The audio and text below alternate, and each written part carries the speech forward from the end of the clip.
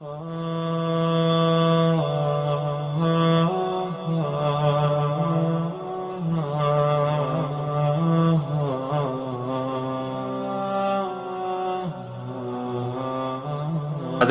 محرم کا مہینہ چل رہا ہے۔ یہ مہینہ نہ صرف اسلامی کیلنڈر کا پہلا مہینہ ہے بلکہ ساتھ ساتھ اس مہینے کو مذہب اسلام میں ایک اہم مقام حاصل ہے۔ اسلام میں اس مہینے کے اہم ہونے کے ویسے تو کئی ریزنز ہیں، لیکن جو سب سے بڑی وجہ ہے وہ ہے اسلام کے آخری پیغمبر حضرت محمد صلی اللہ تعالیٰ علیہ وسلم کے نواسے کا اس مہینے میں شہید ہونا۔ دوستوں، ہر سال جب بھی محرم آتا ہے امام حسین کی شہادت سے ریلیٹڈ بہت ساری باتیں سننے کو ملتی ہوں گی۔ آپ حضرت امام حسین سے ریلیٹڈ بہت سی ویڈیو دیکھتے ہوں گے اور بہت ساری کتابوں میں ان کے بارے میں کافی کچھ پڑھتے بھی ہوں گے۔ دوستوں،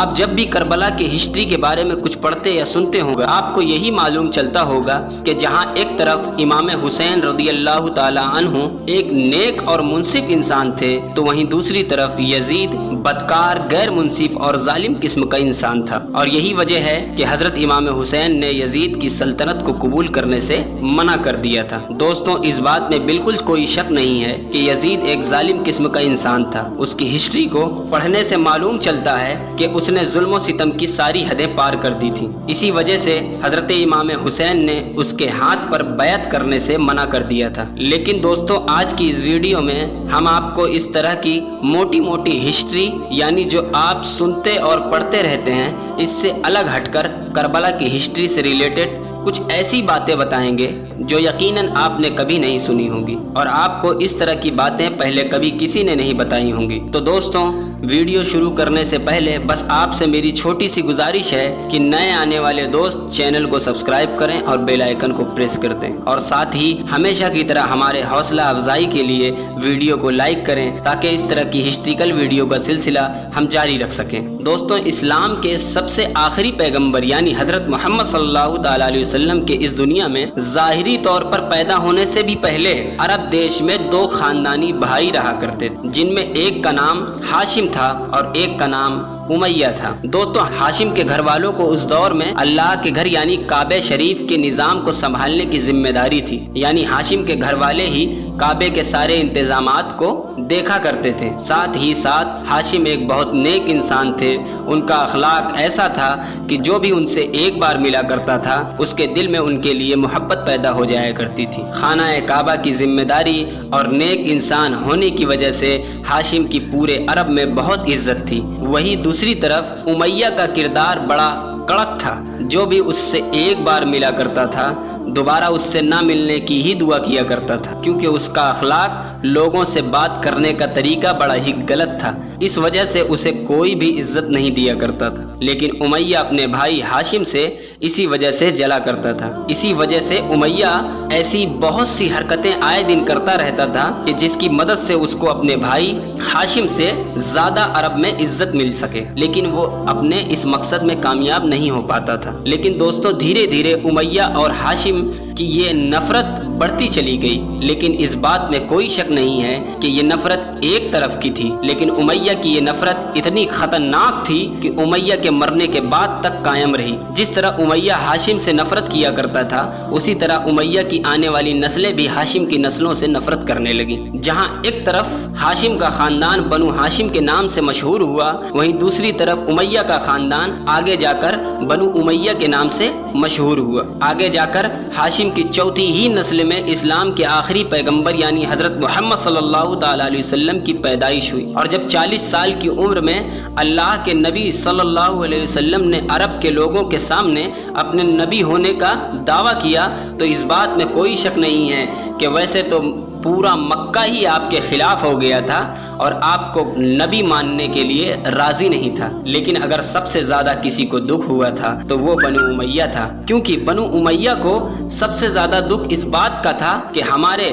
دشمن خاندان یعنی بنو ہاشم میں ایک نبی کیسے پیدا ہو سکتا ہے۔ دوستوں، اگر آپ ہسٹری کو گہرائی سے پڑھنے کی کوشش کریں گے تو آپ کو معلوم چلے گا کہ اسلام کی ابتدا میں مسلمانوں اور مکہ کے قریش کے درمیان جتنی بھی جنگ ہوئی ہیں اس میں زیادہ تر جنگوں میں مسلمان کے دشمن فوج سے بنو امیہ کے سردار یعنی ابو سفیان نے ہی سپہ سالاری کی ہے۔ اور مکہ فتح ہونے سے پہلے پہلے ابو سفیان ہی وہ انسان تھے کہ جنہوں نے اسلام کا سب سے زیادہ بڑا دشمن ہونے کا کردار نبھایا تھا، کیونکہ ابو جہل تو جنگ بدر میں ہی مارا جا چکا تھا۔ لیکن کہتے ہیں کہ اللہ کی رحمت بہت بڑی چیز ہے، پتہ نہیں کب کسے اللہ ہدایت دے دے۔ مکہ فتح ہوتے ہی حضرت ابو سفیان رضی اللہ تعالیٰ عنہ بھی ایمان لے آئے تھے، اور حضرت ابو سفیان کے ایمان لانے کے بعد بھی بنو ہاشم اور بنو امیہ کے خاندان کے بیچ کی جو نفرتیں تھیں وہ ختم ہو چکی تھیں۔ اس کے بعد حضرت ابو سفیان نے اپنی پوری فیملی اور خاص طور سے اپنے بیٹے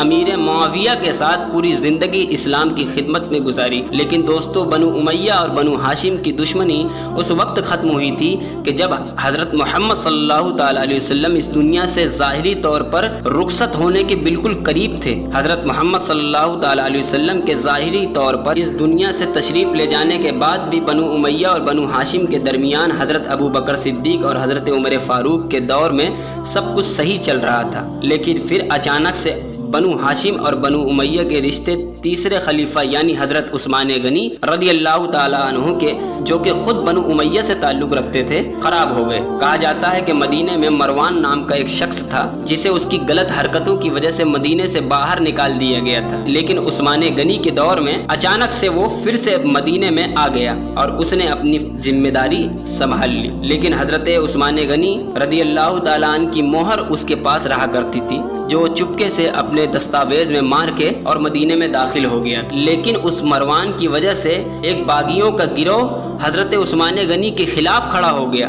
دیکھتے ہی دیکھتے بات بگڑ گئی اور ایک وقت وہ بھی آیا کہ اسی جھگڑے کی وجہ سے حضرت عثمان غنی رضی اللہ تعالیٰ عنہ کی شہادت ہو گئی۔ حضرت عثمان غنی رضی اللہ تعالیٰ عنہ کی شہادت کے بعد اگلا خلیفہ حضرت علی رضی اللہ تعالیٰ عنہ کو قبول کر لیا گیا، لیکن حضرت ابو سفیان کے بیٹے یعنی وہی امیر معاویہ کہ جن کا میں نے پہلے بھی ذکر کیا ہے، انہوں نے حضرت علی کے سامنے ایک شرط رکھ دی کہ حضرت علی خلافت کی پوزیشن کو سنبھالتے ہی سب سے پہلے عثمان غنی رضی اللہ تعالیٰ عنہ کے قاتلوں سے بدلہ لے۔ تو دوست، آپ کے نالج کے لیے بتاتے چلیں کہ حضرت امیر معاویہ بھی اس وقت ملک شام کے حکمران تھے، جو کہ اسلامی سلطنت کا ہی ایک حصہ ہے۔ حضرت علی کا اس شرط پر یہ کہنا تھا کہ میں ابھی بدلہ نہیں لے سکتا کیونکہ مدینے کے حالات خراب ہیں، اگر ہم ابھی عثمان غنی کے قاتلوں سے بدلہ لیں گے تو مسلم سلطنت کی راجدھانی یعنی مدینے کے حالات اور بھی زیادہ خراب ہو جائیں گے اور باغی اور تعداد میں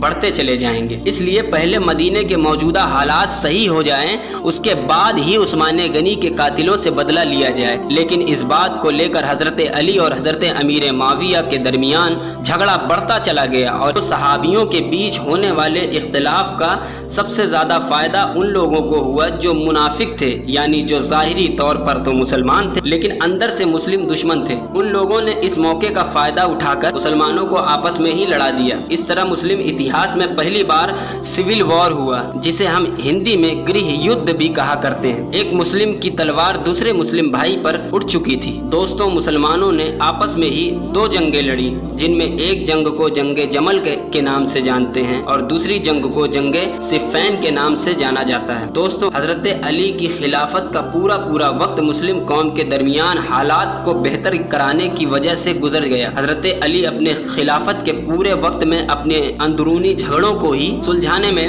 بزی رہے اور آخرکار اسی مشغولیت میں ہی حضرت علی کی شہادت بھی ہو گئی۔ حضرت علی کے فوراً بعد آپ کے بیٹے یعنی حضرت حسن رضی اللہ تعالیٰ عنہ نے آپ کی پوزیشن کو سنبھال لیا، لیکن پھر 6 مہینے کے بعد حضرت حسن نے خلافت کو یہ کہہ کے چھوڑ دیا کہ میں اپنے ہی مسلم بھائیوں کے درمیان جھگڑا کرانے کا ذریعہ نہیں بننا چاہتا۔ حضرت امام حسین کے بڑے بھائی یعنی حضرت حسن نے حضرت امیر معاویہ سے صلح کر لیا۔ اس کے بعد حضرت امیر معاویہ کے پاس پوری مسلم دنیا کی سلطنت آ چکی تھی، لیکن دوستوں، حضرت امیر معاویہ ایک صحابی رسول اور ایک نیک انسان تھے، اس وجہ سے کسی کو بھی ان کی خلافت سے کوئی دقت نہیں تھی۔ لیکن جب حضرت امیر معاویہ رضی اللہ تعالیٰ عنہ کے بعد ان کا بیٹا یزید تخت پر بیٹھا تو مسلم قوم میں ایک طوفان آ گیا، کیونکہ یزید خلافت کے لائق تو تھا ہی نہیں۔ یزید ہر وہ کام کیا کرتا تھا جو اسلامی قانون کے خلاف تھا۔ یزید کے بارے میں بہت سارے اتہاس کار الگ الگ باتیں لکھتے ہیں، کوئی اسے شرابی بتاتا ہے، کوئی اسے زناکار بتاتا ہے، لیکن دوستوں،